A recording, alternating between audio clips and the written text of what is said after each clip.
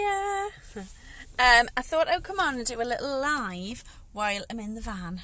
Just finished a bit shopping. So I just want to talk about socialisation. So I know a lot of people are worried during lockdown that they won't be able to adequately socialise the dogs. But a lot of the time what people are focusing on is letting your dog mix with other dogs.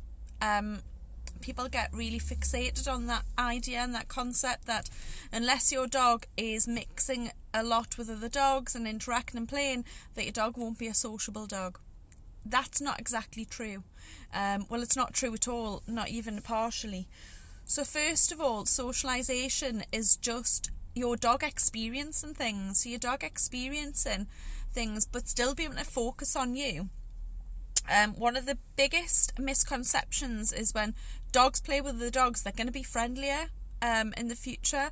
That might be the case, but it very often is opposite. So let me explain some scenarios that could happen and then explain what would happen as fallout from those scenarios.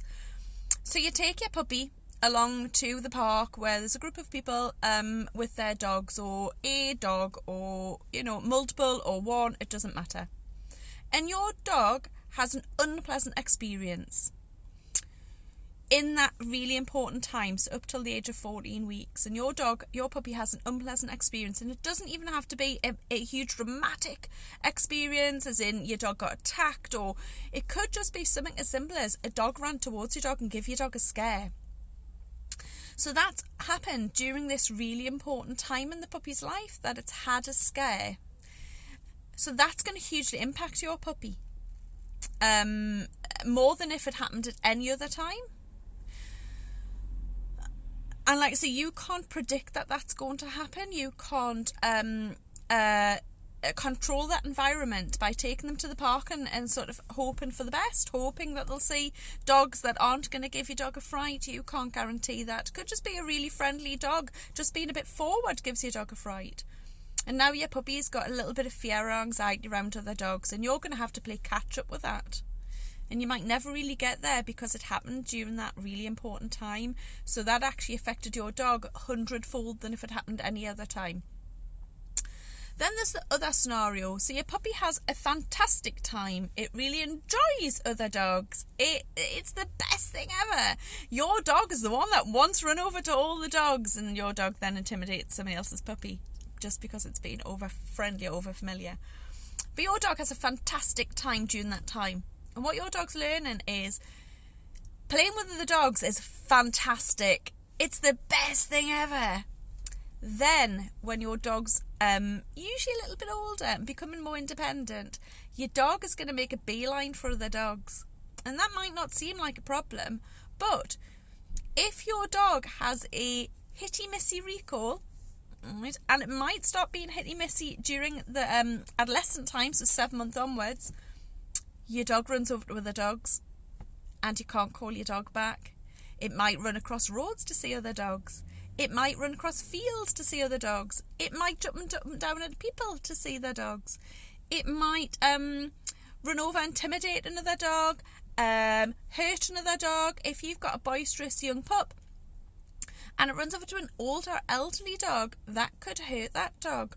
Might jump on it and hurt it. Like I know my old girl who's almost 13, she's 13 on Saturday. If another young boisterous dog ran over to her and jumped on her, it could seriously damage her, if not kill her. And that could happen from your puppy being just overenthusiastic. Your puppy might go over and have the whale of a time, but what your puppy's learning is not responding to you. So the ideal way actually to socialise your puppy is to take it to those places, but keep it on lead or keep it away from that group of dogs over there that might be having a whale of a time. Have it in the vicinity of those dogs, but still concentrating on you. So not so close that they're overwhelmed, and if those other dogs then become excited by your dog and coming over, then you're probably a bit too close. So let them experience things, but at a distance that is safe for them, a distance that is going to teach them the right skills.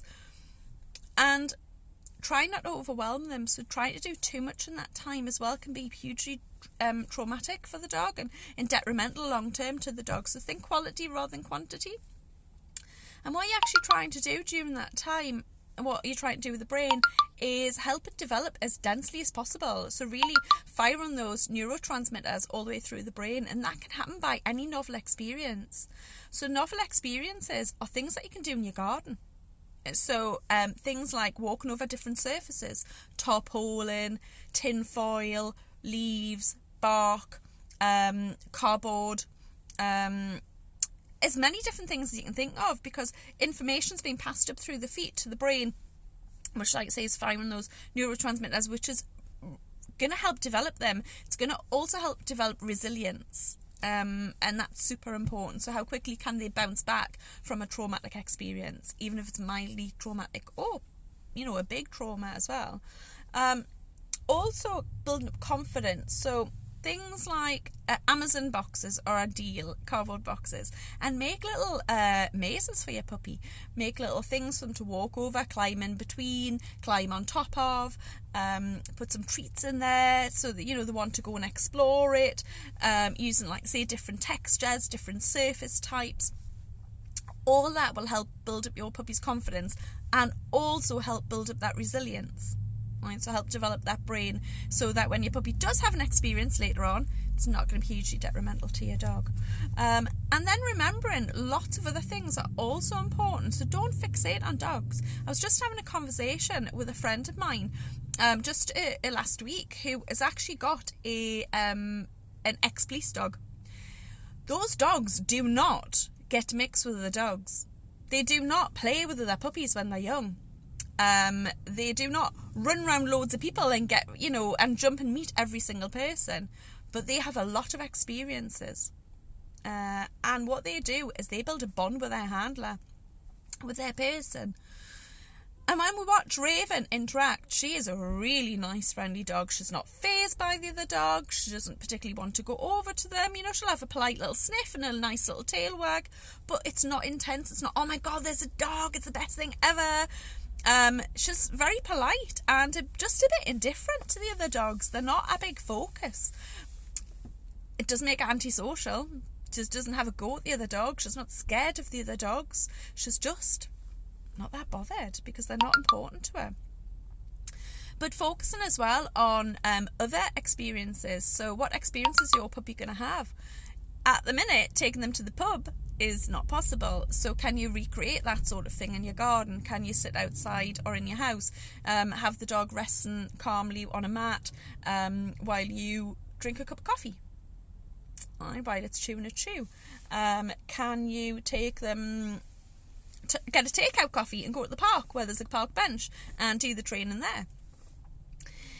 Can you let your dog see a postman at a socially acceptable distance and get nice treats? Can you let your dog see cyclists at a sociable distance and get nice things?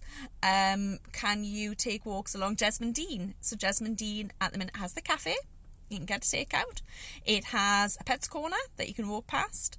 It has cyclists. It has children, it has people that you can all navigate around and, be at the socially acceptable distance, which is going to really help your puppy. Because the other thing, if your puppy has a negative experience from people in the same way, so somebody comes over and pats the dog on the head and that wasn't pleasant for the dog, and then that's going to potentially have traumatic impact on your dog. So people standing away from your dog and smiling nicely, oh, what a beautiful puppy, while you're feeding your puppy and getting your puppy to concentrate on you. Thank you very much. My puppy's really lovely. Yes. My youngest is called Darcy. Yes, she's called Darcy. Yes, she's very well trained. Yes, she's very obedient. And give her lots of treats and get them to focus on you. Right. So if you ever have any questions about socialisation or any worries about socialisation or your thoughts on letting your dog mix with other dogs or letting your dog mix with people and what the impact could be on that, please pop me a message, pop a comment down below. I know there's quite a lot of people in here with adult dogs as well. Put your thoughts in. What did you do with your puppy? Did you massively mix your puppy with other puppies, but it's getting to a certain age and it's now disliking other dogs? Have you had that experience? Would love to know your thoughts. Would love to know your experiences. And like I say, if you have any questions, just pop them in the comments or pop me a message. It's absolutely fine. And I will speak to you all soon. Bye for now.